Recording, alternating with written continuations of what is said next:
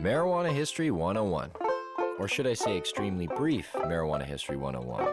It's big, complicated, and we'll only be able to scratch the surface, so let's get started. The first thing that strikes one as odd when looking at the history of marijuana, which is also known as cannabis, is how very much legal it once was. In fact, it wasn't only legal, it just happened to be one of the largest agricultural crops in the world, including the United States. You see, cannabis can also be hemp. And just what is hemp?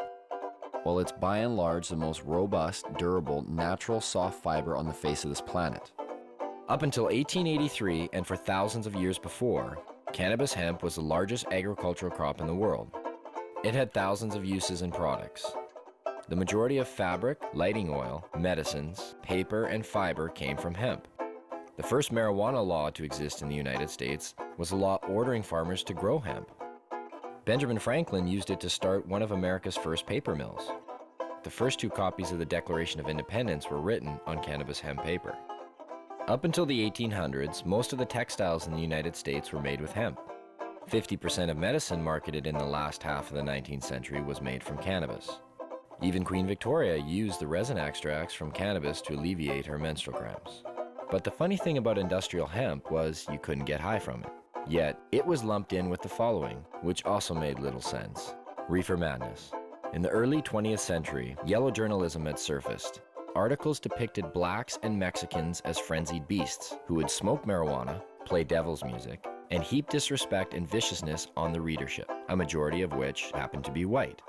Some offenses included looking at a white woman twice, laughing at a white person, or even stepping on white men's shadows. And this ended up leading to a law in the form of a tax stamp. A tax stamp that would not only include marijuana, but also hemp and cannabis medicines. It's speculated that hemp's potential for an abundance of new products was going to be in direct competition with other sources. And this, added to the reefer madness, led to the eventual downfall of all forms of cannabis. Popular Mechanics magazine had actually prepared an article entitled New Billion-Dollar Crop. Hemp was touted as being able to produce more than 5,000 textile products from its thread-like fiber and more than 25,000 products from its cellulose, ranging from dynamite to cellophane. Its superiority as a source for paper was also becoming known, especially with the development of hemp processing equipment. Now, the new Marijuana Tax Act was all fine and dandy, except for one thing. If you wanted to grow hemp, you needed to buy a stamp, but they weren't giving any out to anybody. And so, in effect, all forms of cannabis became illegal. Things pretty much stayed that way until World War II, when the government decided that hemp once again was a good thing and produced a video, Hemp for Victory. But by the time the war was over, hemp again became bad. And in 1948, when the marijuana law once again came into question, Congress recognized that marijuana was made illegal for the wrong reason. It didn't make people violent at all. It made them pacifists. The communists would use it to weaken America's will to fight. Congress now voted to keep marijuana illegal for the exact opposite reason they had outlawed it in the first place. And all through the years, report after report, commissioned by everybody, from the mayor of New York to the president of the United States, has come back with the view that marijuana should have no criminal penalty attached to it. Yet, marijuana remains as illegal today as it did nearly 70 years ago.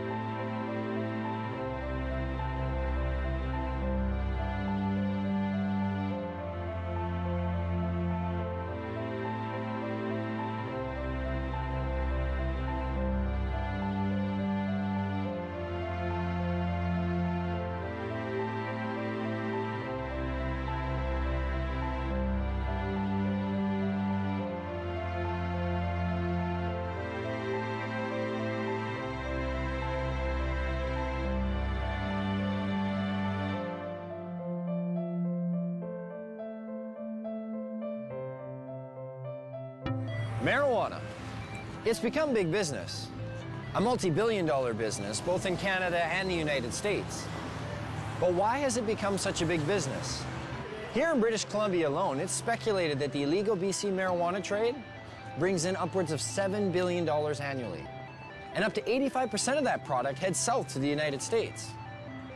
Having become an international issue, when do the lines blur? How does a massive underground market like this survive while remaining illegal? Why is marijuana illegal in the first place?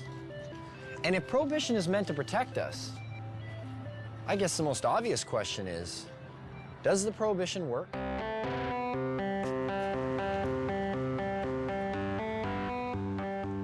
If prohibition worked, okay, if you could just wave a magic wand and say, this has gone away, I'd be all over it, you know? But the fact of the matter is that prohibition has never worked. You know, we've been here before. You remember the first prohibition, right? Which was?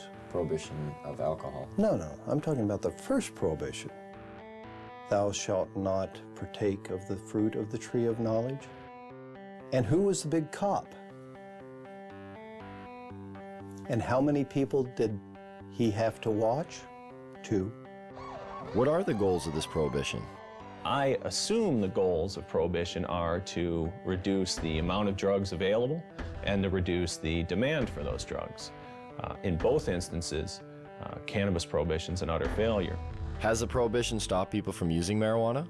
You get a phone call and says, I'm from the federal government. I want to know whether you've been using cocaine or marijuana recently. Presumably, you might be getting a little bit of an underestimate. In 1937, there were estimated to be 55,000 marijuana users, and now there are estimated to be more than 50 million of them. That's a 100,000% increase. Seems to be quite a few of them. Yes, I'm afraid there are. Whether the drug is criminalized or decriminalized does not affect the rates of smoking of cannabis, either uptake or of discontinuation. So what are the dangers of using marijuana? I don't know. I don't know. Gives you like a rapid heartbeat. Smoker's cough. I'm sure it has some effect on your brain function, memory. I don't know, is there something unhealthy about moving slowly? It's not good for you. You're not fully conscientious of what you're doing. Sticking some membranes in your brain or something. Well, it's been science. I guess I'm being told it's been scientifically proven that marijuana kills your brain cells. That's the one I remember. Marijuana kills brain cells. I thought the same thing. You know, I didn't start smoking pot until about 5 years ago. I thought pot made you stupid. You know, I bought into it just as much as anybody did. I realized when I was like 30 years old that I was tricked. I was like, you gotta be fucking kidding me. 1974, the Heath-Tulin study. Ronald Reagan announces, the most reliable scientific sources say permanent brain damage is one of the inevitable results of the use of marijuana. Monkeys pumped full of marijuana, apparently 30 joints a day, had begun to atrophy and die after 90 days. Brain damage was determined after counting the dead brain cells of both monkeys who had been subjected to the marijuana and ones who had not. This study became the foundation of the government, and other special interest groups claim that marijuana kills brain cells. Here's what they didn't tell you. After 6 years of requests, how the study was conducted was finally revealed. Instead of administering 30 joints a day for 1 year, Dr. Heath used a method of pumping 63 Colombian-strength joints through a gas mask within 5 minutes over 3 months. They suffocated the monkeys. What they did is they put these gas masks basically on their face and they pumped pot into it, but without additional oxygen. So after X amount of time, the brain shut down. Well, if you suffocate, the first thing that's gonna happen is your brain cells are gonna die with lack of oxygen. So what they did is they suffocated the monkey, showed all these dead brain cells, and then went on to associate it by saying that cannabis use causes your brain cells to die. And how many people, not knowing the origin of the study, have gone on to quote it and re-quote it. And now people believe it. Studies since have shown no signs of any brain cell damage. In 2005, new research suggested that marijuana could possibly stimulate brain cell growth. That study hasn't received the same attention. Another common belief, marijuana causes lung cancer. In the 1999 study by the Institute of Medicine that was paid for by the United States government, they had to use words like may and should cause cancer. We've been hearing for years them trying to say that it causes lung cancer, and we say, really, that's interesting because you can't even show us one case of cancer being caused by cannabis use alone. You definitely have to do it moderately because it does paralyze the cilia, but if it's not radioactive, you're probably not going to get cancer from it. Smoking can be harmful because of the proper use of smoke. Not as a result of anything in the cannabis plant, but because they're intaking heated plant matter into their lungs. People said, well, you don't know, we haven't been smoking it long enough. Look what happened with cigarettes. We've had about 4 decades, or more than 4 decades of experience. If this was going to show up, it should have shown up by now. Finally, a study came out just in the last month verifying that cannabis smoke does not cause cancer. It's different than nicotine. And the elements in the tobacco smoke do cause cancer, and the elements in the marijuana don't. There's no cases of marijuana-only smokers getting brown lung syndrome. There's no cases of marijuana-only smokers getting emphysema. Strange for a plant that's so dangerous. How come none of that?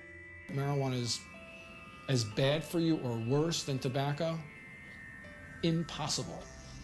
If they had the evidence, they'd be putting emaciated bodies or emphysema, lung cancer, black lungs, they would be parading them throughout the media. They don't have one. Yet people somehow or other think that it might cause the same thing.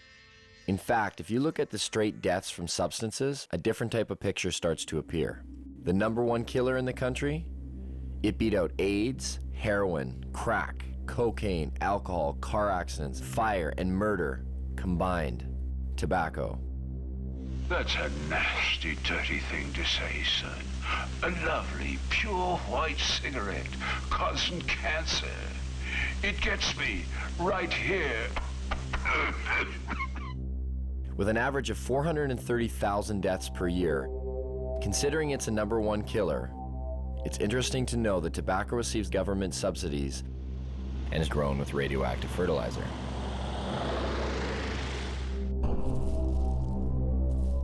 Now get out there and sell cigarettes. #2 on the list? If we don't include poor diet and physical inactivity, with well over 85,000 deaths a year, alcohol. As we look much further down the list, there are others that may surprise you. Caffeine comes in with 1 to 10,000 deaths a year. And some of our most popular pain relievers, non-steroidal anti-inflammatory drugs such as aspirin, still make an appearance with over 7,500 deaths annually. Where does marijuana lie in this? What kind of staggering number do we find? I don't know, 50,000? 250,000? 300,000? For marijuana, I'd probably say then 80,000.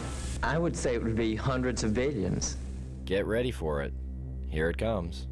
There are no deaths from cannabis use anywhere.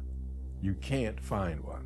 In 10,000 years of known use of marijuana, there's never been a single death attributed to marijuana. There's 400,000 deaths in America alone every year that are directly attributed to tobacco. I've heard that you have to smoke something like 15,000 joints in 20 minutes to get a toxic amount of delta-9 tetrahydrocannabinol. I challenge anybody to do that. And even in the animal studies where people have loaded the animals up with doses that would be hundreds of times what a human could possibly be exposed to, no, the animals don't die. The LD50 seems to be astronomical. I mean, you can die from ingesting too much aspirin. You can die from ingesting too much coffee. The drug warriors who say we have to protect society, save these people, are being just a little bit disingenuous. Not one university or medical facility has ever recorded a single death directly attributed to marijuana. But never mind that. There's other problems, other reasons to fear it. Take addiction, for example. There are more kids in addiction clinics for marijuana than any other substance. This must mean that marijuana is the most addictive substance today. It's undoubtedly true that there are more teenagers and kids in treatment for marijuana than all the other drugs combined. What the DEA never tells you is why that's true. A kid is caught possessing or smoking marijuana. He's taken to court. He's given a choice. Either you some horrible penalty, or you go to a treatment center. Obviously chooses to go to treatment, and goes to treatment there, he's considered an addict. But then the DEA gets to point to that stat and say, look at all these kids in treatment for marijuana. God, it must be because today's marijuana is not the marijuana that your parents were smoking. As far as I understand, only 3% of the people in treatment for marijuana are there voluntarily. The other 97% were told to by their guardian or told to by a judge. So you can choose between jail or treatment. And a lot of people choose treatment. It provides no basis for speaking about addiction. Anybody who is at all sophisticated about marijuana would rate them the way two researchers were asked to rate drugs in order of addiction. Nicotine was 1, alcohol was 2, then heroin, then cocaine, then coffee, and then marijuana. There may have been a couple of other drugs, but marijuana was at the very bottom, below coffee. This narcotic, unlike the opiates, the synthetics, and cocaine, is non-addictive. What do you mean by non-addictive? By non-addictive, it is meant that the user of marijuana, when deprived of the drug, will not experience the agonies of withdrawal. It is habituating, but its use can be discontinued. Then what is its danger? It's used as a scapegoat for covering up underlying problems in people, especially young people. Here I am, don't ignore me. If you use marijuana on a daily basis for a year or so, and you stop using it, you're going to notice some differences, but nothing like the kind of withdrawal people will experience in withdrawing from either tobacco or heroin. But why would the government and the DEA want to put a statistic like that out there? We'll learn more about that later. The gateway theory. Is marijuana a gateway drug? Yes, I think it is. Yeah, I don't exactly know why, but I know it is. It opens a doorway to other drugs. It makes you want to experience more. It makes you feel good. Yeah. People want to experience something else and, you know, have a, I guess, more dreams. Its greatest danger lies in the fact that it is a stepping stone to the harder drugs, such as morphine and heroin. That's why there are people that want to legalize marijuana. They figure if they can get the young people in this country onto hard drugs, they can destroy your generation, or in this generation. You know, in the days of Harry Anslinger, it was called the stepping stone hypothesis. If you stepped on this stone, marijuana, you were bound and determined to go on to the next stone, which would be one of the so-called hard drugs. Every time it's been studied and looked at and so on, they have never, ever found that there's certainly nothing in marijuana that makes you want to go to anything else. There is no inherent psychopharmacological property of the drug which pushes one toward another drug. I'll smoke a joint. I want a bag of chips and fucking junk food. I don't want to go out and get ripped. I drink alcohol. That's my drug of choice. It could be said I started on milk. I mean, this is crazy. If I use marijuana, why does that automatically make me a candidate to black tar heroin? It's a nonsensical argument.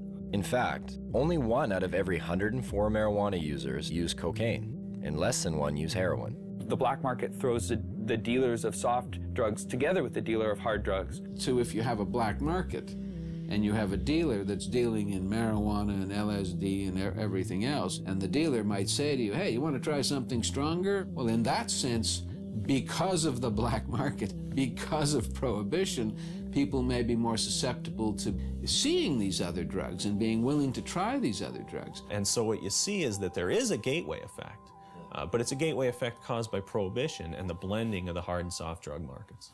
Where does this leave us? Oh, wait. What about laziness? You will be useless to society if you use marijuana. But if that's true, well, there are about 50 million people who smoke marijuana in America, and over half of the Canadian population who've tried it. And yet, both societies seem to flourish. And just look who some of these people are. Stephen Jobs developed Apple Computer smoking pot. Ted Turner developed CNN News smoking pot, still smokes a joint every day. You go through every musician you like, from the Rolling Stones to the Beatles to Led Zeppelin, they all smoke pot. Snoop Dogg, Willie Nelson. Come on, Bill Clinton, he didn't inhale, man. He didn't inhale. Don't be so naive. Virtually every presidential candidate has now copped to using marijuana at some time in his or her life. A few times in the Army, I tried marijuana. It was not a significant part of my life, I had a senior law enforcement official tell me that in his judgment, up to a quarter of the White House staff when they first came in had used drugs in the last 4 or 5 years. The people that have personality problems and the people that are going to be lazy and going to lose their job, they're going to lose their job anyway. They're not losing their job because of marijuana. That's just a lie. I love Tommy Chong. I think that a lot of the Cheech and Chong episodes that people believed, not knowing that Tommy wrote and directed the movies, thinking that, you know, that's what a stupid stoner looks like. No, actually, that's what a really brilliant creative genius looks like, acting like somebody you think's a stoner. And none of this is borne out in the research or when you look at people who are long-term users and happen to be lawyers, judges, doctors, and, you know, writers. But what about the potency of the drug? Marijuana is dangerous. There's higher THC levels than ever before. Anytime you got a bag of Colombian dope 20 years ago, it was way better than the Mexican swag that you normally got. So there's always been a range of THC in plants, and the fact that we can now grow stuff that's equivalent of what Colombian was 20 years, well, it doesn't mean that we're boosting THC to unheard of levels. It just means, you know, hi, there are some nuances in this discussion that people should be aware of. And I actually think that it's a real stroke of our own ego to think that for the 50 or so years of Prohibition that we've improved upon varieties that have been cultivated for drug use in places like India and such for thousands of years. People say, well, you can abuse marijuana. Well, shit, you can abuse cheeseburgers too. You know, you don't go around closing Burger King because you can abuse something. I can take a fucking fork and jam it in my eyeballs. That mean forks should be illegal? You know, I could jump off a bridge. Should we outlaw bridges? Let's nerf the world. But what about all the crime and violence associated with marijuana? From beat cop to police chief, I saw ample evidence of the harm caused by alcohol and the absence of evidence caused by marijuana use. And I mean the complete absence. I cannot recall a single case in which marijuana contributed to domestic violence, crimes of theft, and the like. You want to know what a weed smoker looks like? You're staring at one. You know, like, I'm a weed smoker. I'm not, like, crazy or, you know, I'm not stabbing you right now. Most of the violent crime that's committed, or most of the crime period that's committed or having to do with drugs, is people who are on drugs committing violent crimes. If you make it legal, if you make it cheaper, you make it more available, you're going to have more violence, more addiction, Tom, that is more not crime. true. Stop lying to us. Oh, now, come on. Stop lying to us. That is not true. You know, don't tell me that. I've smoked pot, Tom. But I've admitted it. I've done it. I've done all of the big three. I've done tobacco, I've done alcohol, and I've done marijuana, Tom. Guess what? Marijuana's the least of the three, pal. You guys prove me wrong or whatever. I want to hear someone that has smoked too much weed and went home and beat his wife and beat his children or whatever like you see on booze. The only big issue on alcohol is drunken driving and binge drinking among college students. Otherwise, you can drink to your heart's content. There are far more crimes committed under the influence of unadulterated, if you will, emotions. Anger, rage, jealousy. A lot of our understanding is driven by what's in the paper and on the television and the radio these days, and we get extremes, and the black and white thinking is reinforced, I think, by that. If only there was something to compare it to.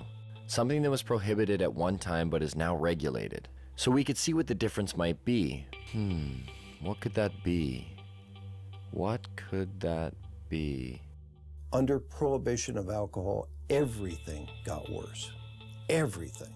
Alcohol prohibition really birthed and gave rise to massive organized criminal groups within the United States. It led to a general disregard for the law and a general disregard for police activity because it was a law that most people didn't obey. Would you have supported the prohibition of alcohol 75 years ago? Well, I'm glad you brought up the alcohol example. I mean, as a governor, you must have known firsthand the cost of alcohol. I hear this argument a lot of times, like alcohol. That isn't what I asked you, Tom. I asked you a specific question. Don't give me spin. I said, would you have supported the prohibition of alcohol 75 years ago? I don't think I would have. Why? Because alcohol, for better or worse, and a lot of times for worse, it's a close call, is a long entrenched and ingrained part of our culture and our society. I mean, you go back thousands of years, the first writing is about alcohol, the Bible, everything else. It's really hard to reach in Tom, wait and a pull minute. this out of society. Let me inject something then. If you believe that God also made the marijuana plant, I'm talking about our culture and our society. You just said the Bible. Alcohol poisoning went up by 600% during Prohibition. There were more speakeasies in large cities like New York City under Prohibition than there are taverns and liquor stores today. Sure, one can point to alcohol as being a continuing social problem, but we don't have people shooting each other over alcohol. When alcohol was prohibited, people lived at that time to know the difference between prohibition and non-prohibition. They could see that the prohibition of alcohol caused the emergence of gangsters in the underworld that took control of these substances. Alcohol then was no longer in their control. Could this be the same for marijuana? It strengthens organized crime, without a doubt, because you have to be a criminal to sell it.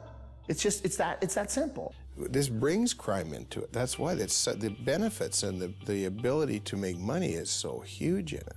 Weapons were used to intimidate people, and we've seized approximately 50 weapons, sawed-off shotguns, and most of them are loaded. Where's all this competition we've heard so much about? Do you call these prices low? Marijuana is just a weed, and marijuana is worth more ounce for ounce than gold.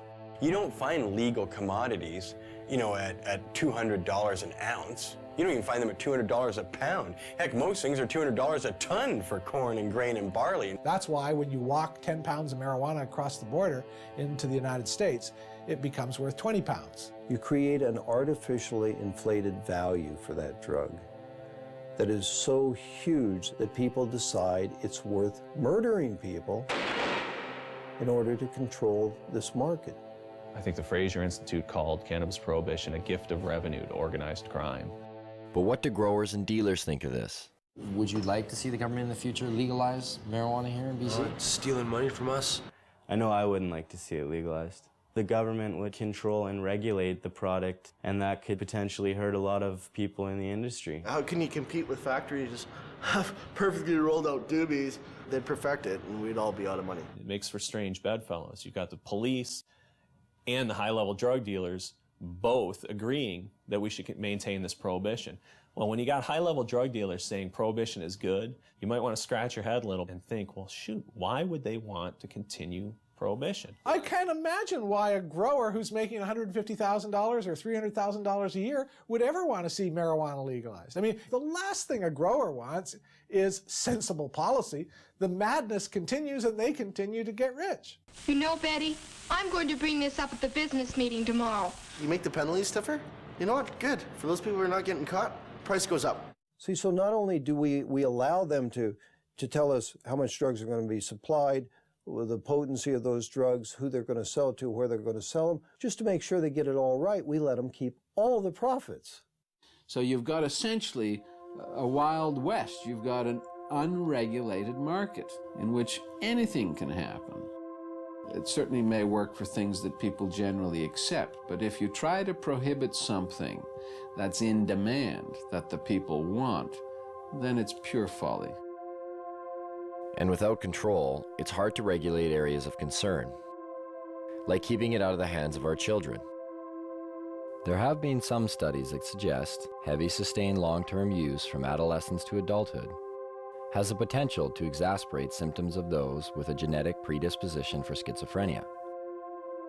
And although there is strong evidence that refutes this, it does lead one to question, could there be a better way of deterring children from using, rather than letting dealers decide what age is appropriate? For the last 10 years, our children across the United States have said that it's easier to buy illegal drugs than it is to buy beer and cigarettes. It's harder to get beer because you have to go through a regulated establishment that's going to check ID, that's going to have those safeguards in place, that isn't just going to sell it to you because you got 40 bucks in your pocket. The guy down on the street corner, he doesn't want to know how old they are. He don't want to see an ID. He says, show me the money. And if they get the money, it doesn't matter if that child is 4 years old, they're going to get the dope. If you can't control the sale of the product, how on earth are you going to keep it out of the hands of kids? Could we be the creators of what we now see as some of our biggest problems? Have our solutions been prelude to our worst fears? You know, the use of the criminal law for the basis of public health is a wholly bad idea, no matter how you cut it. It doesn't work. You cannot legislate morality. One person can say it's immoral to legalize it just as much as someone can say it's immoral not to legalize it. It doesn't get you anywhere. You have to have a rational policy debate by talking about the consequences. Now, I've had young people tell me that, well, your generation had a martini and that was your crutch, and why can't we have our own kind of crutch? You know what? Why don't you be a generation that doesn't have to have any kind of crutch? It's a lot easier argument. If you just say, oh, it's immoral, then you don't have to debate why it is that alcohol kills so many more people than marijuana, or why it is that tobacco takes 7 years off your life and we can't establish that marijuana does anything particularly. If people do drugs and they commit crimes around those drugs, they should in fact be punished. But you can't punish someone for something that hurts no one. We should legalize marijuana, tax the hell out of it, and put every dime back into the healthcare system. Taxation and legalization? Doesn't that seem a little extreme? Wouldn't it be better to just decriminalize? The distinction is simple. Legalization of marijuana makes it a product that is legally available to adults. That doesn't mean that there's unregulated distribution, unregulated sale, and unregulated use. The decriminalization of marijuana still makes it an offense. You're not going to go to jail for it under a decriminalized model, but society is still saying no, no, no, no. It doesn't address the problems of organized crime, and it doesn't create a situation where you have retail sales. Decriminalization is just kind of a goofy concept. To say that it's legal to own something, to use it, to possess it, but not to produce it or sell it, just seems like this illogical position, because where did this stuff come from? It's the worst of both worlds. Sends out an incredibly bad message. It should be controlled like alcohol, like tobacco. The total impact for the U.S. budget from legalizing marijuana and taxing it at rates like alcohol and tobacco is somewhere in the $10 to $14 billion range. It can be used to pay for healthcare costs. It can be used to rebate to lower taxes and give people lower tax rates. It can be used for highways, for hospitals, for national defense. It's $14 billion and can be used for whatever its best use is. The production or the harvesting, the packaging, the sales of marijuana could be handled essentially the way we handle alcohol. You sell to a kid, you sell to somebody under the influence, your license is in jeopardy. That license ought to be hard to get and easy to lose. It seems to make sense. It's a little jarring, but nowhere are these issues more relevant than here in BC. Yes, marijuana is illegal here. And yes, police actively pursue growers and dealers. But that doesn't stop the market from thriving. It's believed that the illegal BC marijuana trade industry employs anywhere from 90 to 150,000 people. And the product is now known around the world. It's even been given its own name. BC Bud. Bud. BC Bud. British Columbia Bud. I don't know what you are meaning. BC Bud? BC Bud. You guys know what BC Bud is? No. You guys know where British Columbia is? No. Yeah, Isn't I it know in where that Britain? Britain? No, it's in Canada. When I say BC is famous for Pot. weed and hippies. Mountain, sea. Marijuana. I used to think of the beachcombers back in the days, but now I just think of that BC Bud. Do you know what BC Bud is? No. Oh, it's really well known. BC Bud is bud that comes from British Columbia, and that's why they call it BC Bud or Beasters. Dude, you got the Beasters? Yeah, I got the Beasters, which means you got bud from BC.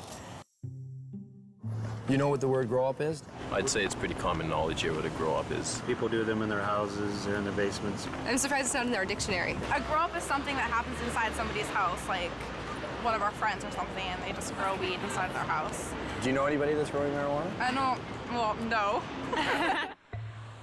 Kelowna, my hometown. With a population of only 100,000, Kelowna is said to house well over 1,000 grow-ups.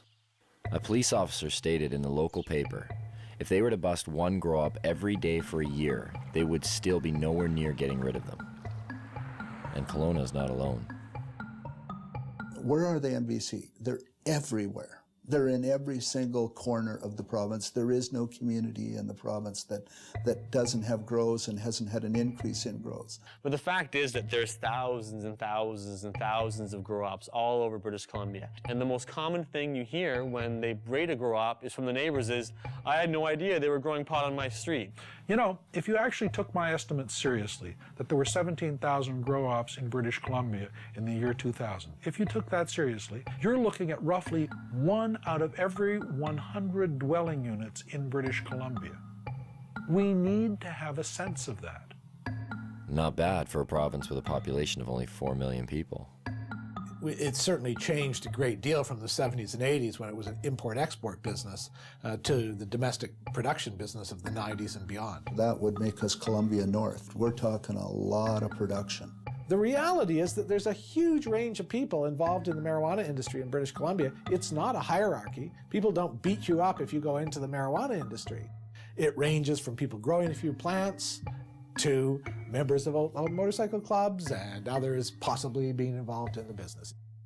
Police at one time used to attend to every single call that came to their attention. Somebody would call and say, I think there's a grow. Police would do an investigation, do a full investigation. Well, that has dropped over 7 years to where it's only about half the time. But it seems to me that if we look around and talk to people who are living in the real world, one of the things we discover is that we don't understand it very well. And when we see these numbers like 1% of all dwelling units potentially are involved in marijuana grow-ops, it certainly ought to give our politicians perspective on what it is they're trying to do. So how does one find these grow-ops? For police, it involves the use of forward-looking infrared cameras that can detect the above-normal heat radiating from a grow-op, or the sniff test. But if all else fails, this, Grow Watch. Communities have become so flooded with grow-ops in BC that some neighborhoods have started their own watch programs. This one, set up by the Chilliwack RCMP, even has an education package with phases: training, neighborhood cooperation, certification. Once certified, you are able to hang this sign which shows that you are a neighborhood that does not approve of marijuana grow operations. There are questions provided to citizens in order to aid them in identifying a grow-op. Questions like, do the residents keep to themselves? Was the sound of construction heard coming from the basement soon after occupants took over the residence? Is there condensation visible on the windows? Is the yard unkept? The education package does state that a positive response to one or some of these questions does not necessarily indicate that the residents are involved in criminal activity. Maybe that's a good thing. But why is it that grow-ops are popping up in virtually every neighborhood of BC? How much money can actually be made by simply growing some plants in your basement? And what do these grow-ops look like anyway?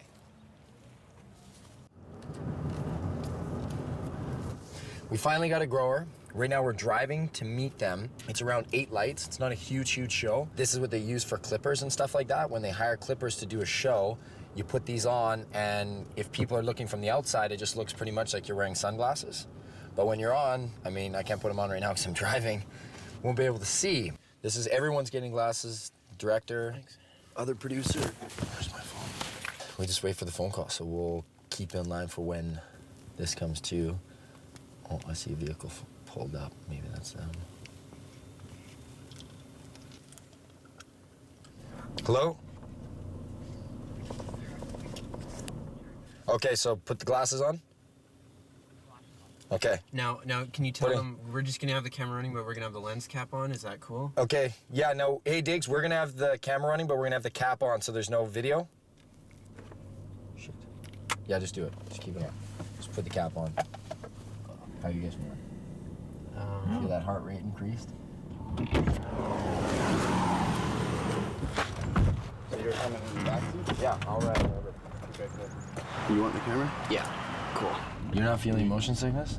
Oh yeah, now I'm feeling it. I'm feeling sick. You know, we're just gonna hold people's arms and kind of guide them inside. Yeah. That's what I was saying, so I don't fall on my face here.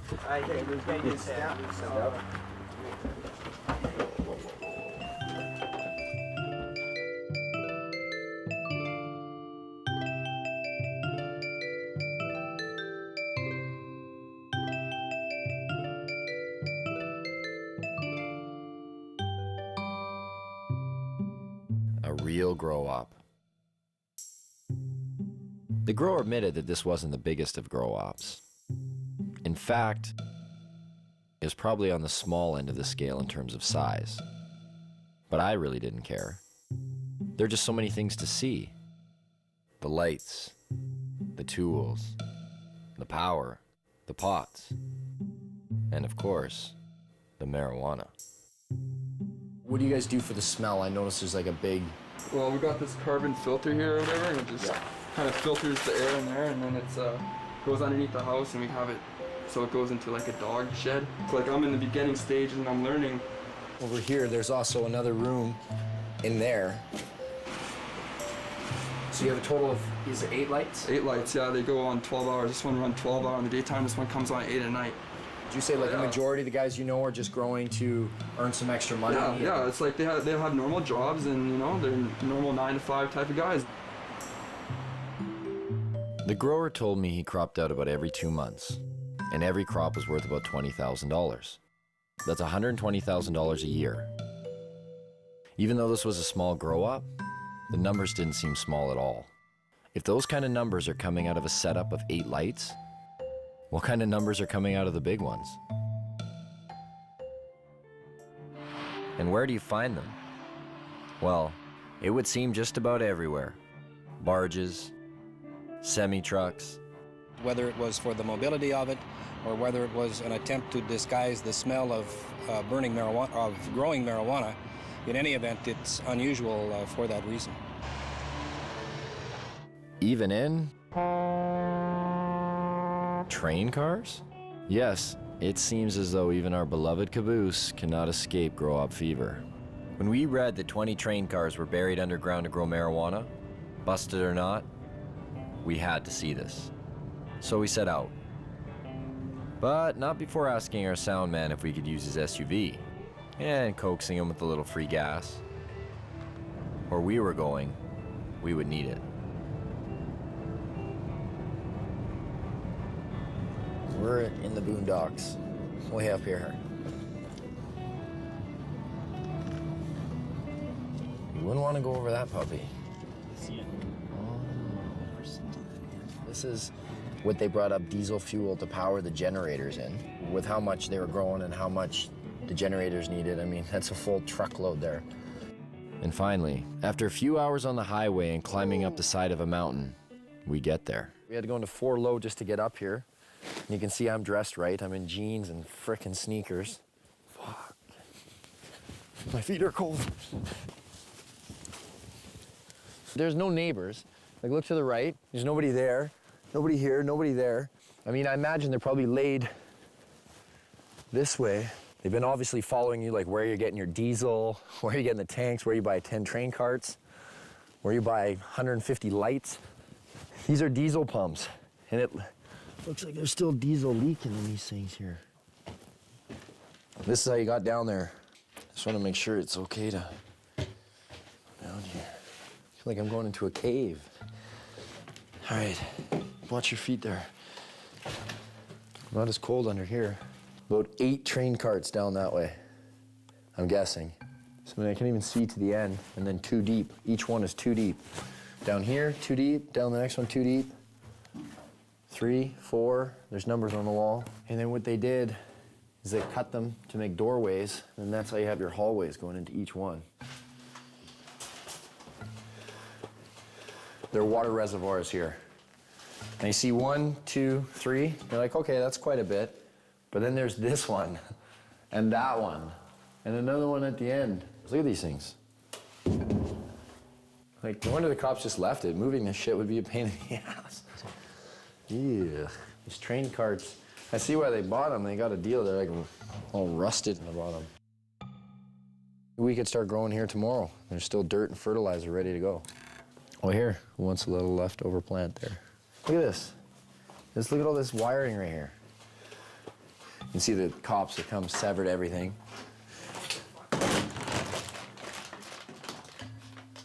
What are those chains for? Chains are where they were hanging the lights. The reason why they use the chains, because then they can adjust the height. You know what? Actually, you want to get me to run all the way down to see how far away I am?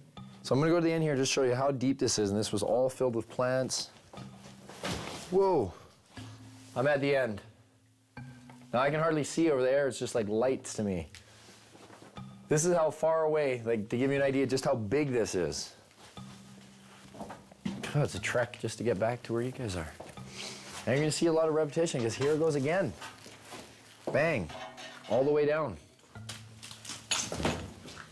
When it said in the paper 20, it's gotta be 10 long and 2 deep each one, because then you get your 20 carts. Man, I wish we could have seen that while it was still rolling. That is crazy. You wouldn't know there's a law here. Check this out. Cannabis Day, an actual day dedicated to marijuana. And take note, this takes place on one of the busiest high-traffic blocks of BC's largest city, Vancouver. Marijuana? It's everywhere. Consumed and sold in every imaginable way. Pipes, bongs, joints, baked goods. It was hard to imagine that nearly every person attending this event was breaking the law, and yet no one seemed to care. The police were there, but not to bust people. They held traffic for the band to play for Cannabis Day. Now they went back to their side of the street. Sure, no problem, brother. No problem. Complying with the 5-0. One of the organizers told me that in all the years this event has taken place, there's never been a violent incident, except once, by a man who's believed to be under the influence of alcohol. We heard there was a jazz festival happening at the same time on the other side of the block. It wasn't doing quite as well, but there was one group doing all right. Right up there, as you can see, is still Cannabis Day going on, but right here, not even a block away, is a church retreat, and they're selling donuts. I was like, well, what do you guys think about the rally? And they're like, we need to pray for them. And I was like, what? You guys are selling food for them, right? And that's, I'm sure they've sold record amounts today, I guess, too. So we'll see. We'll get an interview here shortly, hopefully. The interview never came. There was so much marijuana, it was unbelievable. I think we almost all got contact highs just from being around the smoke. But I did get a donut. I did purchase some of these on the way out. Those church girls got me. A culture of marijuana has been established in BC, from paraphernalia to cafes, from seed selling to its very own political party, the BC Marijuana Party, even bakers.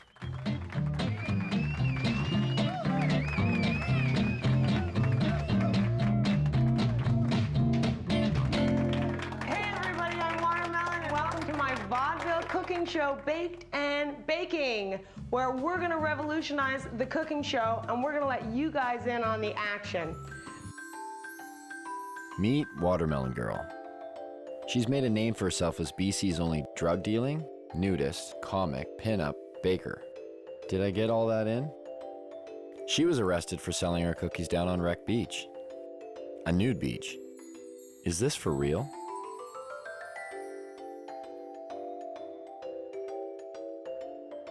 I'm like the Heidi Fleiss of weed. I tell everybody, like lawyers, doctors, like there's no proverbial yo G, you know, like none of those. Like all professionals come in through my house.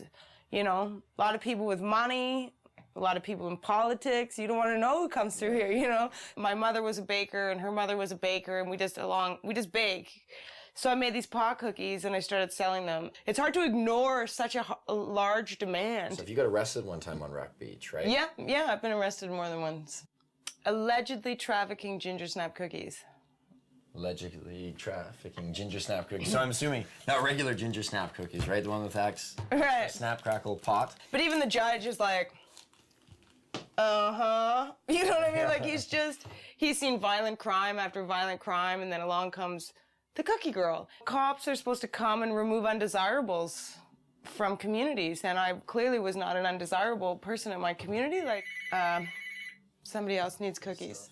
Actually, I just got picked up by the National Speakers Bureau, so I actually go on speaking tour to universities and talk to kids about marijuana. Oh, really? Yeah, it's like the most genius. I'm like, you want me to talk about marijuana? We're like, okay. And they pay me to do it. Lock up your kids. This is a heinous crime. So at some point, one might ask oneself, how does an industry of this size function while remaining illegal?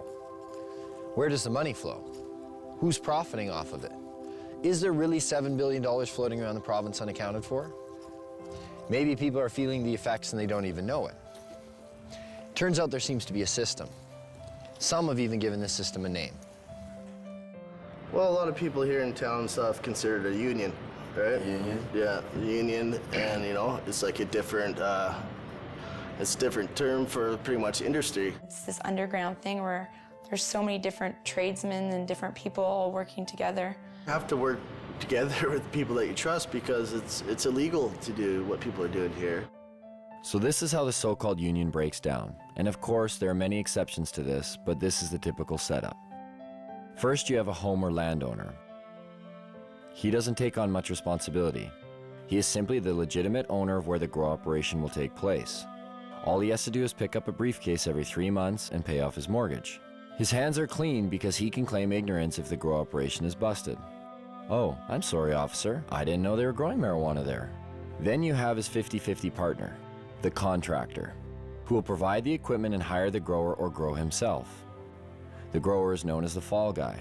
Why the name? Because that's exactly what he is. If the operation is busted, he takes the fall. Once the crop is matured, clippers are then hired. They prep the weed for distribution by cutting away the excess leaves and stems. What a lot of people don't understand is a part of the marijuana plant that people smoke is the bud, which in essence is the plant's flower. It's not the leaves. Clippers are generally hired on an hourly wage starting around $20. Tax-free, of course. Once the marijuana is ready, in steps a weed broker. He's not always required, but sometimes the partner with the equipment needs a broker to buy his product and then sell it for him. In the event that a broker is required, it usually means the weed is headed south to the United States. In that case, the broker will buy the pot for somewhere between $1,800 and $2,000 a pound. He'll then hire a border jumper, a risk taker, someone who has the balls and hopefully the wits to get the product over the border. Some of the most common ways?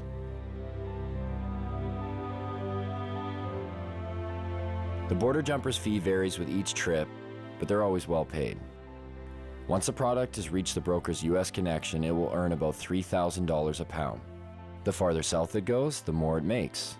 If it manages to make it all the way out east to areas like New York, the price is driven even higher, somewhere between $3,500 and $6,000 a pound. Stricter laws demand higher prices and in turn provide more profits. In Miami, 7 to 8 pounds of BC bud will trade for 1 kilo of pure yayo. Cocaine. That in turn makes its way back up to Canada. And sells for anywhere from $30,000 to $35,000 a key.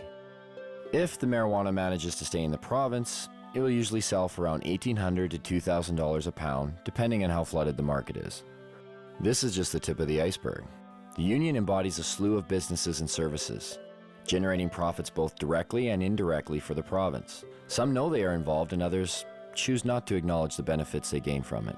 Carpenters build tables, rooms, sheds, and anything else that's needed for a grow show. Brand new homes are being built expressly for the purpose of housing a marijuana grow operation. Electricians set up lights, wire the electrical components, divert power if necessary. Hardware stores provide construction materials to build rooms and grow operation structures. Hydroponic stores supply lights, nutrients, soil, and other equipment needed to grow. Seed sellers provide, well, seeds. Clone growers create clones from other marijuana plants to aid in quicker grow cycles. Real estate agencies market houses to growers, unknowingly, but they profit all the same. There are some realtors, though, who are directly involved in the union and will actually cater to growers' needs, finding houses in secluded areas with big basements and power that can be spliced and stolen. Mortgage brokers and lease brokers who help growers with poor credit get the houses they need to start up. Banks who have minimal security to prevent illegal money from being deposited. The way it works now is deposits over $3,000 are sometimes questioned but are left up to the teller to decide whether the deposit is suspicious. If they believe it is, they may put a note on the account. It isn't until a $10,000 deposit that a mandatory FCAC form is filled out and sent away. But it is possible for $9,999 deposits to go through with little question. Oh, you sold some motorbikes. Cool. Oh, you sold your boat. Neat. Thanks for the business. You get the point. Lawyers and law firms who provide counseling on how to make grow money legit. They help set up and incorporate LTD companies and holding companies to launder money. They also provide legal counsel to keep busted growers out of jail. The electric company who makes money off of enlarged electric bills due to excess lights. The only time they seem to get involved is when they think someone is stealing the power. Law enforcement receives budgets to fight the cultivation. They create special task forces like the Green Team to specifically target marijuana. Canadians spend $300 to $500 million annually on law enforcement and the justice system to enforce marijuana laws. Police also receive the benefits of seizing growers' and dealers' assets. And last, but definitely not least, everyday businesses. Bars, restaurants, clothing stores, boat dealerships, car dealerships. The money funneled indirectly through various everyday businesses. Growers and dealers like to spend money on everything. These growers, after they crop out, it's like they won the lottery. You can tell the ones who are selling it. The more they sell, the more bling bling they have on them. Do you think they just hold it themselves and tuck it away somewhere? No, they buy houses, they buy cars, they buy boats. They'll purchase restaurants, they'll purchase, whatever they're into. Maybe that's why we got busted. We got too carried away. You can tell yourself you're not going to let it go to your head, but I said the same thing. But when the money comes in so easy, you get accustomed to that lifestyle, and before you know it, you become a steamer, you become a hot rod. And that's what it comes down to. Yes, organized crime moves a majority of the product once it's available on the market. But there aren't a lot of bikers out there watering plants. It's mom and pa operations, it's young guys who see opportunity. It's not easy to make that type of money doing anything, especially if you've been going to school for, the past 4 years and you see this random other guy, watering plants in his basement coming out of it with an extreme amount of money. I understand, you have your degree. Yeah. And then you're in the... Yeah, I made the choice to put that aside and start growing weed. I could be making $33 an hour, which is a great wage, but really, why would I want to do that when I have the knowledge to make in a whole year in 2 months? What have we learned so far? Well, one, the prohibition hasn't reduced the demand, and it certainly hasn't reduced the supply.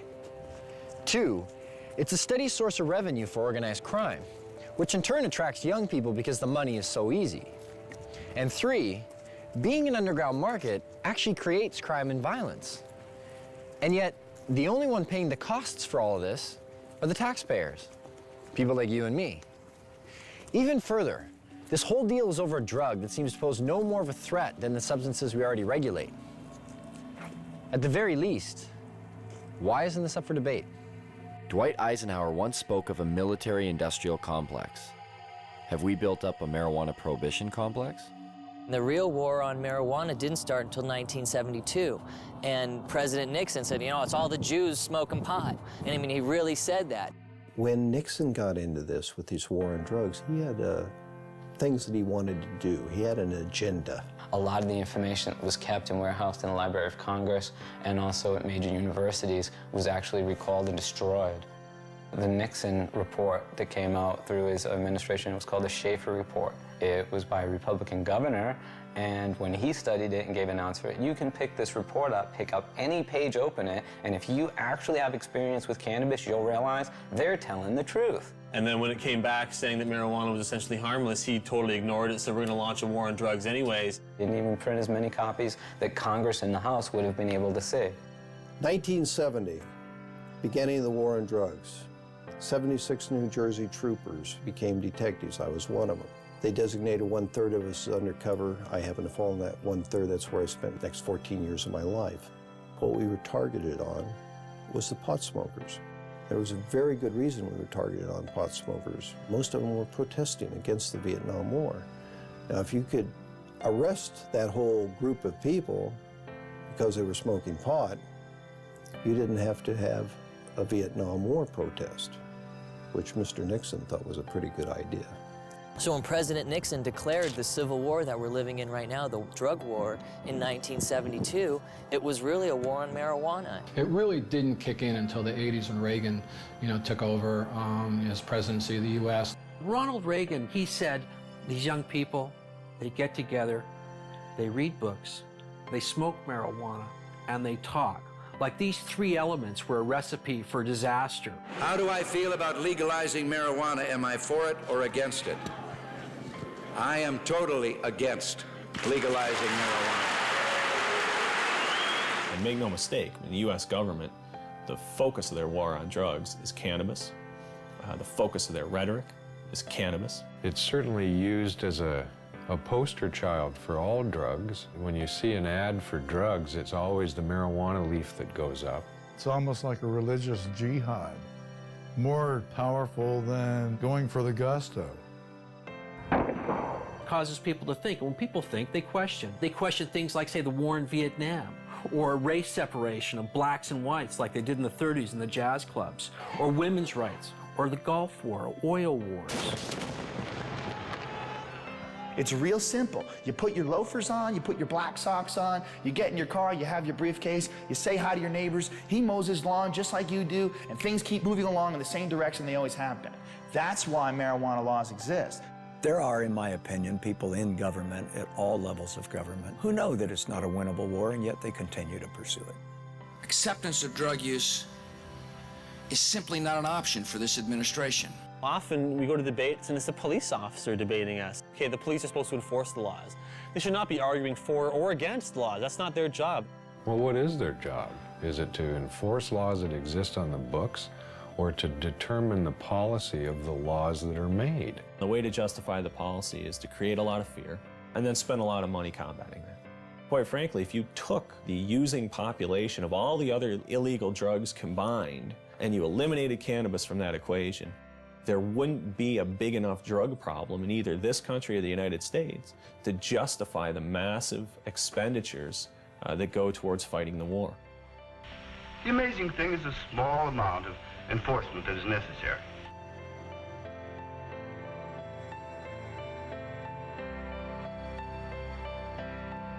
$400 million is spent annually in Canada arresting and prosecuting marijuana crimes. The total budget in Canada for all drugs is $500 million. That means 4/5 of the drug budget goes towards arresting and prosecuting marijuana users, leaving 1/5 for crack, heroin, coke, crystal meth, the date rape drug, whatever. The drug enforcement industry is big business. It's self-perpetuating. It relies on taxpayer dollars. And so it's an endless battle that the DEA doesn't win, they participate in. It's like doing a big budget movie, you know. You get $30 million to do a movie, and then the movie comes out and it doesn't make any money. But someone made $30 million. Every once in a while they'll show a guy, you know, posing beside a big bunch of marijuana, you know, this is the DEA money at work. It'd be like asking loggers about saving trees, you know what I mean? This is where their mainstay of their cash flow comes from. The campaign will continue until every available known plot of marijuana has been eradicated. We've got to live with it, doing the best job we can. Even if it's a bad job? We're all carrying a pretty impossible load, Miss Gibson. There are many, many police officers, however, who believe that it ought to be legalized, regulated, and controlled. They see the hypocrisy between our existing laws relating to alcohol and marijuana in their day-to-day life, shift after shift after shift, and they get it. But they don't want to lose their jobs. They don't want to lose that promotion to sergeant or the assignment to detectives. They want to be a chief someday, and they don't want to piss off the people in power. Judges, lawyers, prosecutors, defense lawyers, prison guards, there's all of those people in the criminal justice industry. Are their interests being protected? Well, in a sense, yes, they are. Defense bar, similarly, we make money. The more things they prohibit, the more money we make. Sorry I'm late, Kent. I was delayed in court. You still have large numbers of people being busted for simple possession. If you look at the stats, in terms of drug offenses, the largest group are still simple possession of marijuana. Every time you blow a marijuana cigarette, you take a chance on blowing your future. Oh, come on, Pop.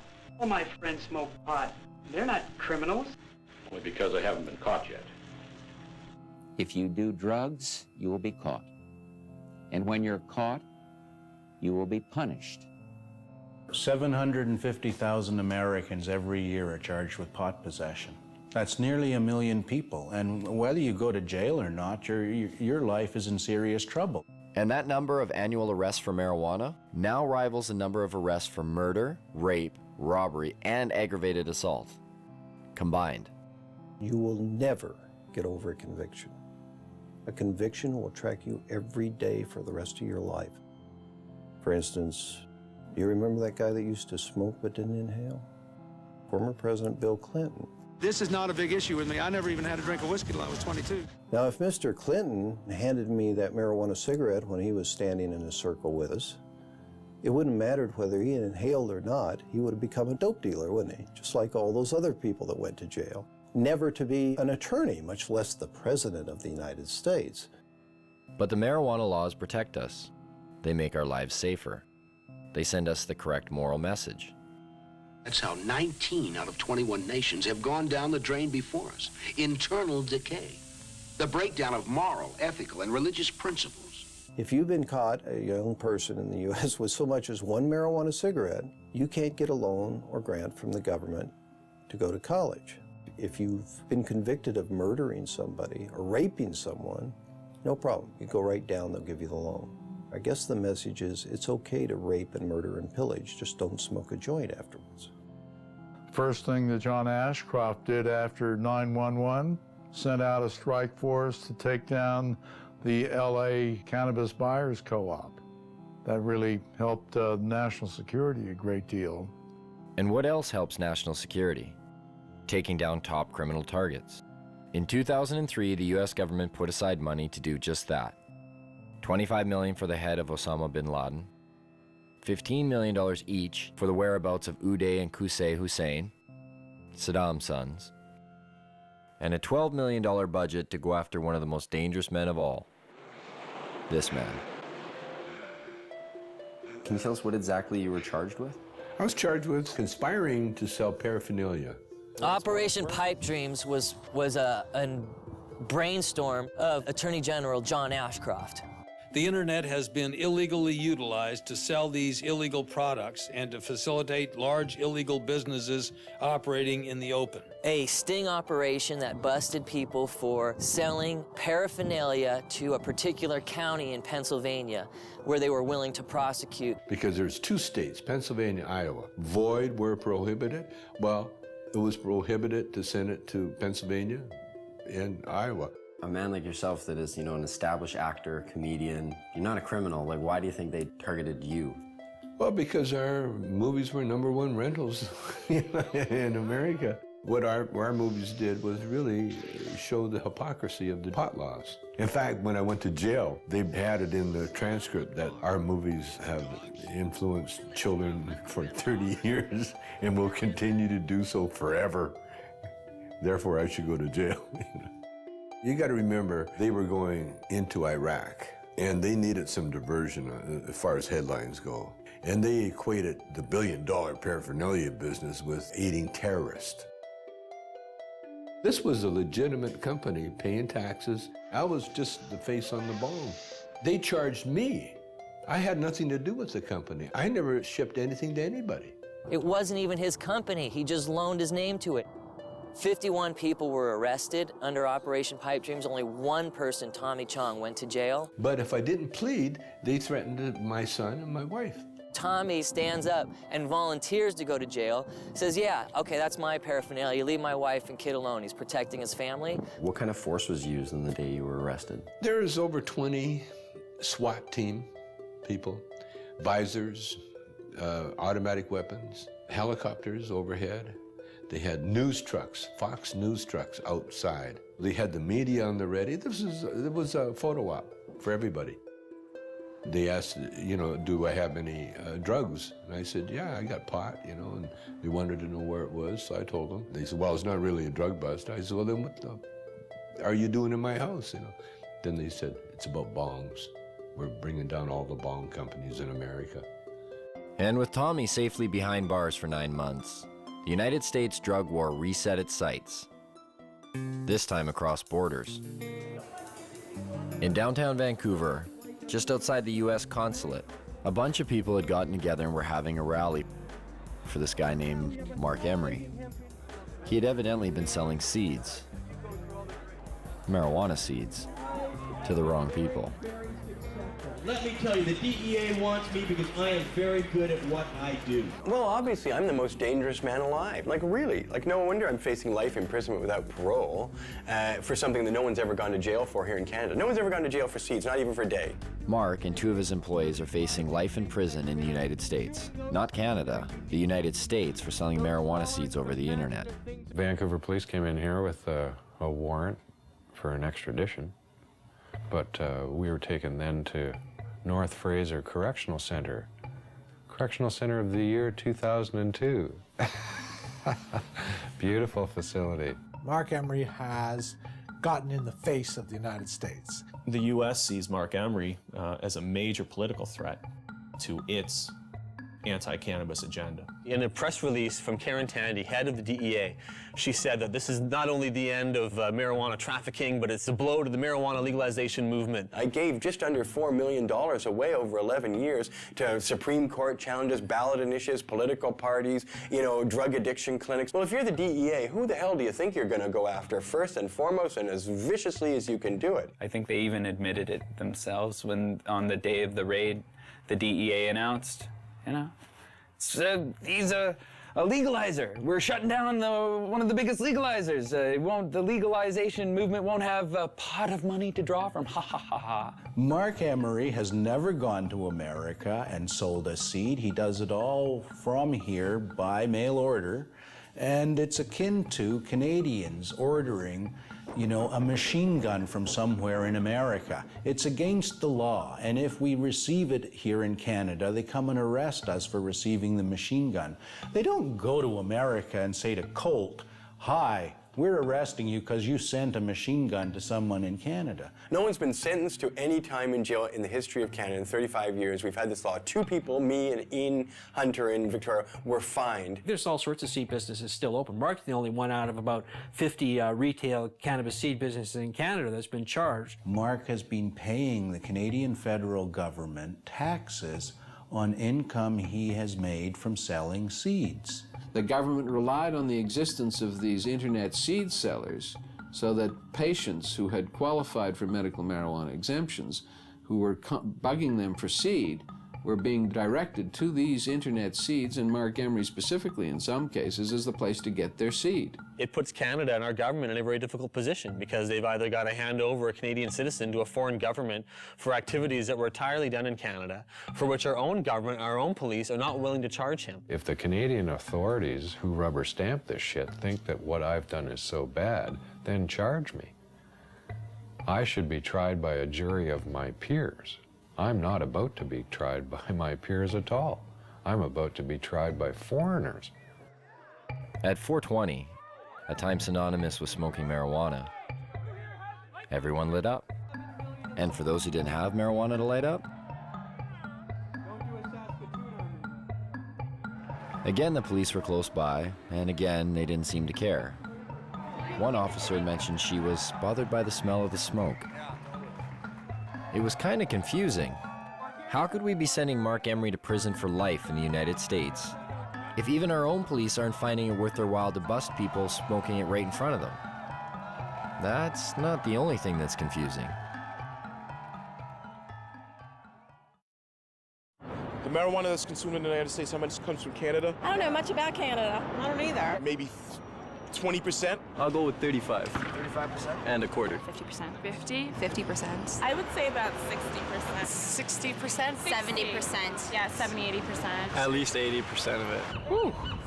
I don't think it's all that much. Most of it is here.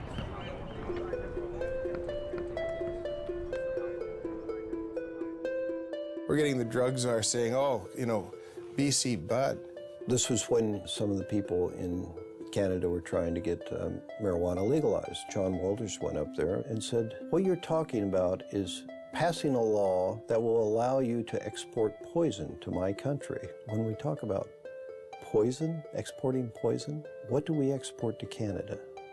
Cigarettes. 430,000 people die in the United States every year from ingesting cigarettes. 5 million around the world. So who's exporting the poison here? Of the 6 million people who could benefit from treatment and need it in the United States today, 60% are dependent on marijuana. you know, they invited me. I'm sorry. I wasn't sure who invited him and why he came here yet again. He's been here before. He needs to shake his head. So how about him shutting down the cocaine that's coming across the border? How about him shutting down the guns? Sometimes you feel like you've stepped into Alice in Wonderland. You've gone through the looking glass. In fact, more Colombians die from U.S. tobacco than Americans die from Colombian coca products. So what's the drug war really about? Because if you don't want American tobacco in your country, America will go to war in a trade sense with your country. You have Canada engage in cannabis policy reform and taxing and regulating cannabis, and all the scare stories haven't come true. You have an awfully hard time sustaining your own domestic policies. What do you think would happen between Canada and the U.S. if Canada were to legalize marijuana? There's been rumors that, you know, they're like, we'll shut down the border. I don't think so. I've heard that too, but then my question is, would you want LA, you know, in the dark and thirsty? If you do that, then we're not going to ship oil, we're not going to ship water, we're not going to ship electricity. It's not going to happen. We're too important to each other. The softwood lumber people going to stop doing business? Are the fishing guys going to stop doing business? Are the people who manufacture stuff back and forth across the border going to stop doing business because pot's legal here? Business interests aren't going to sit still for losing millions of dollars a day because of border wait times simply because Canada takes a different domestic social policy on cannabis. Yes, business interests. Sometimes they just seem to pop up. And every so often in the most unlikely of places. We have seen an explosion in prison construction that lags only slightly behind the explosion in incarceration. There are more people in jail in America now than ever before. In the United States, it's one of the fastest growing industries. Some major investment companies at one time described private prisons as one of the best investments you could make. So you can make more money building prisons than any other type of investment. They're extraordinarily expensive to build. They're even far more expensive to operate and maintain. Right now in the United States of America, the biggest growth industry is the privatized prison complex. Japan, for instance, incarcerates at 38 people per 100,000 population. The United States incarcerates at a rate of 726 people per 100,000 population. In a 20-year period, the prison population in the United States quadrupled.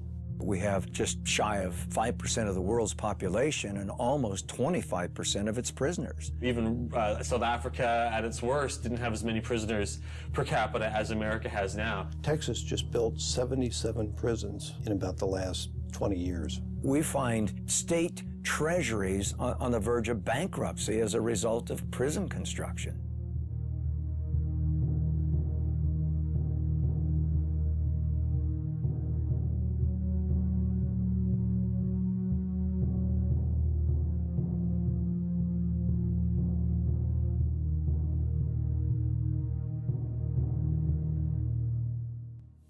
Some think there won't be room for them in jail. We'll make room. We're almost doubling prison space. Some think there aren't enough prosecutors. We'll hire them, with the largest increase in federal prosecutors in history. In the late 80s, there were about 5 privately run prisons in the United States. By 2005, that number had reached over 260. As soon as you've accumulated a certain amount of capital from building prisons, you can start investing that in ensuring job security, ensuring there'll always be more prisoners around to require more prisons. We have private prisons? What the fuck is that? How did that happen? How can you profit over people going to jail? That's scary. That's a bad, bad sign. Our society is in deep, deep, deep trouble if nobody's looking into that. Correctional guard unions have become powerful lobbying groups, pushing for longer sentences on less serious crimes. California's has become one of the most powerful in the state.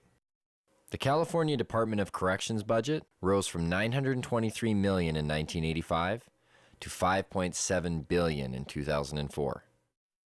Between 1977 and 1999, overall local and state spending on corrections across the country grew 946%, almost 2.5 times the rate in which spending on education increased. And prisons aren't the only thing money's being spent on. There are millions of drug tests per year. There's money to be made on that. It's huge. It started off with people saying, we really need to test people in dangerous occupations. Things like police officers should be tested, pilots in airplanes. Then somebody said, well, our athletes, we should probably test them for drugs too. Then somebody came along and said, well, it's not just the professional athletes. How about the athletes in colleges and high schools? They need to be tested too. And then they thought a little harder and they said, well, suppose we just test everybody that goes out for an extracurricular activity. That should be constitutional because they don't have to do that, you know. So now if you want to join the chess club at school or the French club, you got to pee in a bottle. Now they're pushing to make laws to test all children in school. All the studies show this doesn't have anything to do with whether kids use drugs or not. So it looks to me like this has a lot more to do with the money that's being made for drug testing. Can you imagine how much money will be involved if we can randomly test every child in school? A lot of these places that have been urine testing have refused to continue to do it because the only thing that these urine tests are finding is marijuana. The other drugs that people take dissipate from their systems fast enough to not be found. If they smoke a marijuana cigarette, 28 days later, if they pee in a bottle, they're going to show that they've had a drug. But if they use a hard drug, heroin, cocaine, methamphetamine, in a long weekend, nobody can tell that they've used that drug. So what does that say to our young people? It says if you don't want to get caught, don't use the soft drugs, use the hard drugs. It's not just urine anymore, it's hair and saliva. They'll do blood testing. There's industry there. This is money. They're not doing it for free.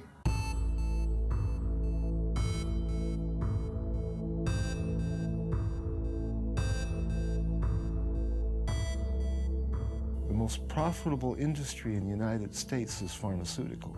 Dollars involved is just staggering. Could it really be? Has medicine really become that profitable? The fact is it has. In 2005, U.S. prescription drug sales rose 5.4% to $251 billion, and global pharmaceutical sales rose 7% to $602 billion. Now, why would pharmaceuticals be threatened by a plant? The answer may be as simple as one word: natural. Because a significant amount of research to date has confirmed or suggested that marijuana in its natural state is still the most effective form. Can you imagine a world where you or I wouldn't have to pay for certain medicines?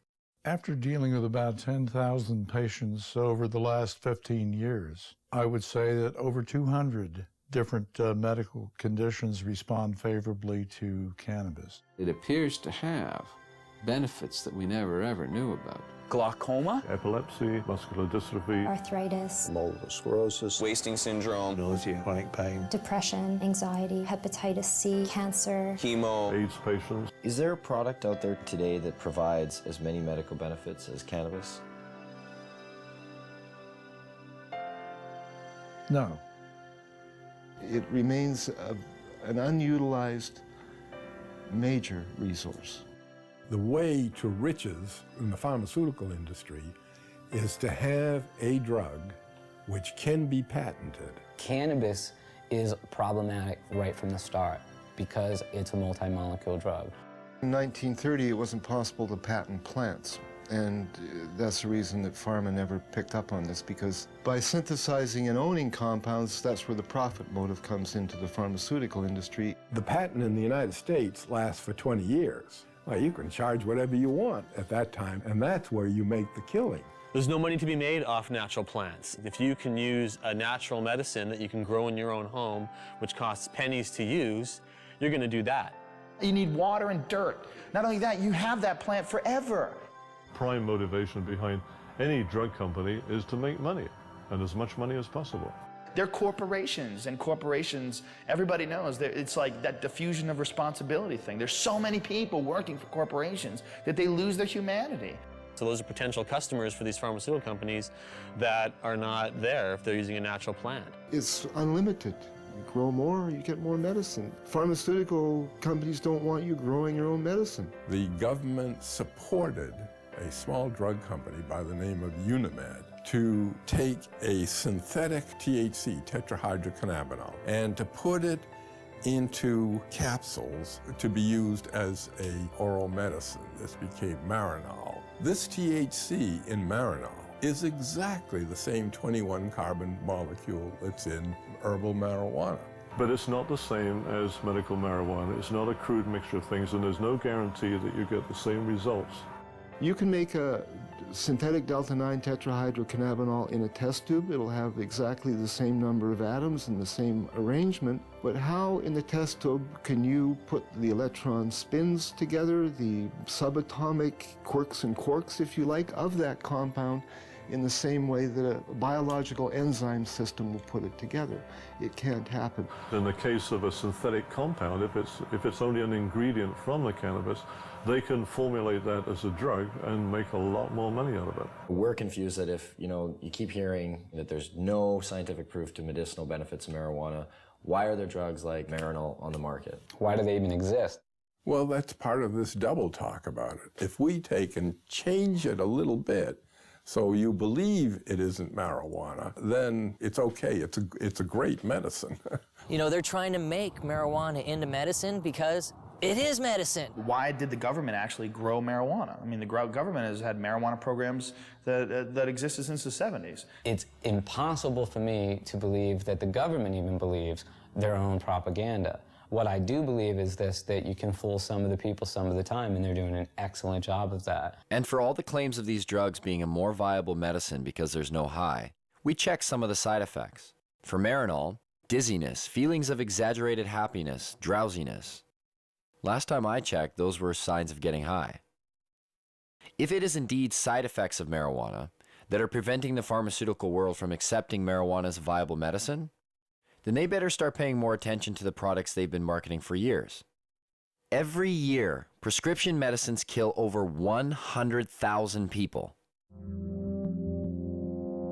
The pharmaceutical industry has been excellent at convincing the public that they need their potions. If you watch any kind of commercial for drugs, they're always using the third person. For example, where does a headache come from? It comes from out there somewhere. Don't sell the steak, sell the sizzle. How many people in this country alone are addicted to antidepressants? How many people who are on antidepressants really have imbalances, and how many of them just got off of a bad relationship and they're depressed? It seems to be acceptable to give people something as long as you're wearing a white smock or you've given them a legal prescription. Doesn't matter how deadly the particular drug might be in terms of side effects. What we call modernist medicine is actually alternative medicine because it's highly experimental, it's often dangerous, often toxic, and it kills a lot of people. To me, it's crazy. There's a lot of stuff out there that'll affect you in different ways. Look at aspirin, heroin, both invented by Bayer. I thought heroin came from opium seeds. And Just natural effect of opium, you keep making it more and more concentrated. No, you have to add certain chemicals to it and tweak it a certain way. It doesn't just come from opium itself. What was heroin made for? As a cure for morphine addiction and coughs. Heroin, the sedative for coughs. Pseudoephedrine. That's the main ingredient in methamphetamine, is to cure the cough, the cold. To get a cold, oh, I think I'll do some meth. When you look at it from a large perspective, like, what's weed? Even Francis Young, the DEA's own judge, who took medical testimony for over 2 weeks, made this statement. Marijuana, in its natural form, is one of the safest, therapeutically active substances known to man. Yet, despite this, and the ever-mounting number of real-world patient success stories, cannabis remains listed as a Schedule I narcotic. Under that category, marijuana is classified as having no known medical value.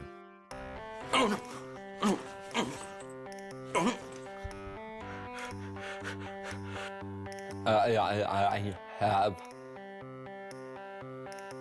multiple sclerosis.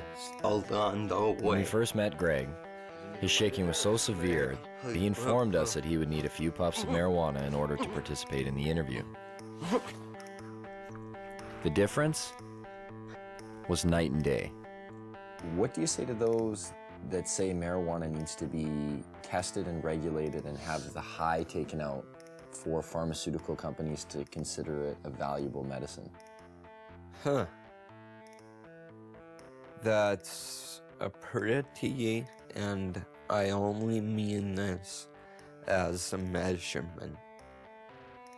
as to how much it is actually a pathetic thing to say. I mean, just look at me. Is it not blatantly obvious that I have just enjoyed however many tokes? I look happy. Greg has been using marijuana for years and stated to us that he's never experienced any negative effects. I'm never, I need my marijuana. That's stupid. It takes away my discomfort, let's call it. It does enhance my very being. Where do you think you'd be if you didn't get to smoke it, like dealing with your pain?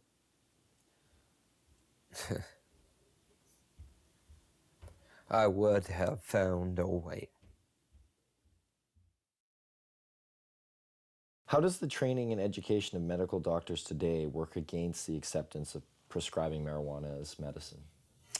Well, it works against them because they're brought right from the beginning, right into the fold of the pharmaceutical industry. We're reading journals, they're reading these advertisements, or they're reading papers on drugs that were financed by the drug companies, or they're being seduced by the companies. Fancy dinners, a trip for a weekend. Would you like to have 18 rounds of golf? And some of them get outright money from the drug companies.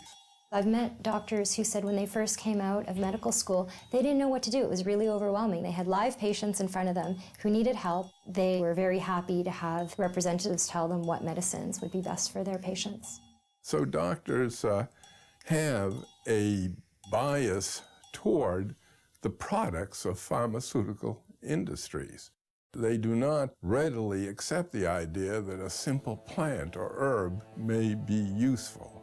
I don't know if they think it's hocus pocus. I just think they don't feel that there's the kind of testing that they're used to. And that's the problem we have. What I try to impress upon these people is we're trying to put the science into it, and yet some people are very resistant to even attempts to do that. More of the funding is coming directly or indirectly from the drug companies, and these people, obviously, for obvious reasons, are determining the agendas. Now think of the lobbying potential behind the most profitable industry in the United States. Think of the power. And do they get their way? Why can't we explore its medicinal potential? Why can't we use it to make more products? To myself and people involved in this business, it stopped making sense a long time ago. The common response is really the medical marijuana is a stalking horse for legalizing it. And so what?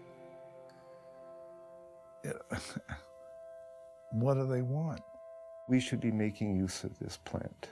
And really, that's all I can say. The restriction, the prohibition is all, in my mind, just stupidity. And I don't condone stupidity. And that's a problem. How do politicians, after years of promoting claims of marijuana's harms, pushing for larger drug war budgets, constructing political platforms based on a stance that vilifies marijuana, and being lobbied by big business, how do these same politicians now reverse their stance? What politician can come before their constituents today and say marijuana should be decriminalized when yesterday they said it was evil and dangerous? Their constituents are going to want to know why you changed your mind. Were you lying to us or were you stupid? Either way, you're not getting elected next time. Whoops, we made a mistake. You 17 million people should not have been arrested. Some of you jailed, some of you fined, some of you lost the handle on your career. One way to bypass this problem in the face of ever-growing empirical evidence is to divert attention. Add a word: medicinal. Put the word medicinal in front of marijuana, and you are now talking about something completely different if you're a politician. Why is there a perception that healthy people are affected differently and unable to fend off the detrimental consequences, whereas a person with a lowered immune system or terminal illness seems to experience none of these effects? Some people go home at the end of the day and they drink to kind of wash away the day, you know, just like, that was a hard day, I need a few drinks, relax, kick back. So is that relieving pain? Maybe. Or is it pursuing pleasure? I don't know. So if you think about this in the context of cannabis, it also has relevance. The government's a lot more likely to forgive cannabis use if it's for relief from pain. If it's in pursuit of pleasure, that's a problem. And I think that points to something about our culture that's a little bit odd. What works for one doesn't necessarily work for another. The father-son confrontation. Mom smokes like a chimney. And you have a drink every day and smoke too. It's not the same. Why not? You can get cancer. Your liver can rot away. They believe today, and I'm disappointed in the media, that it hasn't brought this information, this new information to the people of this country more than it has. They believe that marijuana could well turn out to be the most dangerous drug that is in use in our country today. If you're a politician, you can get elected on a Get Tough on Crime platform. We're going to lock up all the marijuana cultivators for a long time because you're preying on the fears of the public. Spokesmen for giant special interest groups, whether those special interest groups be law enforcement, or whether they're private prisons, or whether they're pharmaceutical companies, or whether they're oil companies. We have spokesmen for gigantic corporations that are trying to calm us and get us to press the right button in the voting booth. Everybody that gets in has their own agenda. They're beholden to their own lobbyists, so they don't go in and check the work of anybody before them. That's not their job, because God forbid somebody come in there and check what they do afterwards. I understand why politicians may be reluctant to act on their principles, but our politicians need to read their own polls, because this is one of those cases, and it happens a lot in life, where the people are ahead of their leaders. HempFest, the largest event for cannabis in the world, a showcase of modern-day hemp. Sure, they used this stuff 70 years ago, but what good is hemp in a world like today? A world that appears to have everything it needs. It opens a whole new market. It opens a whole new market on every level. You can harvest off the seeds, you can harvest out the inner pulp and the long stem fibers. The fiber itself is the strongest natural fiber in the world. All the clothes I'm wearing today for this interview are hemp. All the clothes I actually always wear are made out of hemp. Been so since probably '94, when I realized I could buy clothes made out of organic fibers that lasted longer than cotton. You can eat hemp seeds, and it contains all the essential amino acids and fatty acids. It makes fuel. You can make biodiesel out of it. Hemp is an excellent source for biofuel. When you grow hemp for fuel, every crop unleashes a huge amount of oxygen into the environment. And in fact, the same amount of oxygen that you lose when you burn it off, you gain back. So it's a closed cycle, ending the greenhouse effect. There are so many hundreds of strains of industrial hemp that you can grow hemp almost anywhere in the world. Not everywhere in the world, but almost everywhere in the world. So just that alone makes it a resource for fuel. That is the solution, is to stop using fossil fuels and nuclear energy. Stop using them entirely, and using wind and wave and sun more, and these biofuels. People will get it, especially as the gas prices go up. It's the highest quality paper there is. I mean, it's archival quality. The words tree-free paper don't make sense to people. Hemp paper that you find in the museums that are hundreds of years old haven't even yellowed. To supplement the wood, we could solve the deforestation problem. Why isn't it cost effective to use hemp versus the forest industry right now? The simple answer is because you can't grow the hemp in the United States. As far as human beings are concerned, it's probably one of the most useful plants ever, if not the most useful plant ever, and it's illegal. Industrial hemp is not a drug, though it is of the same species as marijuana. It is a completely different variety of plant, similar to comparing a Chihuahua with a St. Bernard. You can't get high from industrial hemp, but you can get high from marijuana.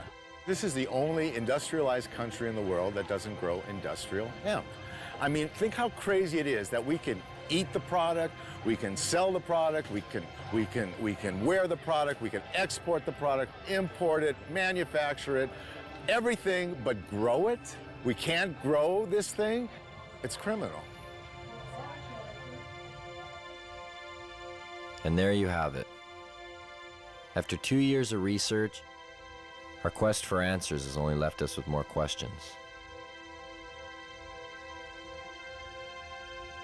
And the only thing that really seems to make sense is that none of it makes any sense. It's a weird thing that you do when you make nature against the law. We're worried about things going extinct, and yet the policy on the most useful plants in the world is that they should all be eliminated and driven to extinction. Absolutely, they should still be concerned about youngsters using it. But we're concerned about youngsters using alcohol, tobacco, driving automobile, whatever. But that it should be the kind of prohibition that it is now, rather than regulation, it cannot be sustained in a rational society. I believe it would be more ignorant of me to listen to somebody who's trying to oppress me than it would be to just ignore the ignorant and go on with what I think is right. Even now, this interview is being conducted. I've smoked pot all morning. This is what I look like high. There's a great quote that life is a tragedy to those who feel and a comedy to those who think. And if you are a thinker and you look at the marijuana situation and you're not laughing, you're fucking dumb. Do you think marijuana will ever be legalized in Canada or the United States? Yes. I don't know about the United States, but it will be legalized in Canada. I won't be alive to see it. I used to believe it was right around the corner back in the 1970s. Check out the gray hair. I confess to being 61. I believe it will happen. I didn't used to. As recently as 2 or 3 years ago, I was convinced it was not going to happen in my lifetime.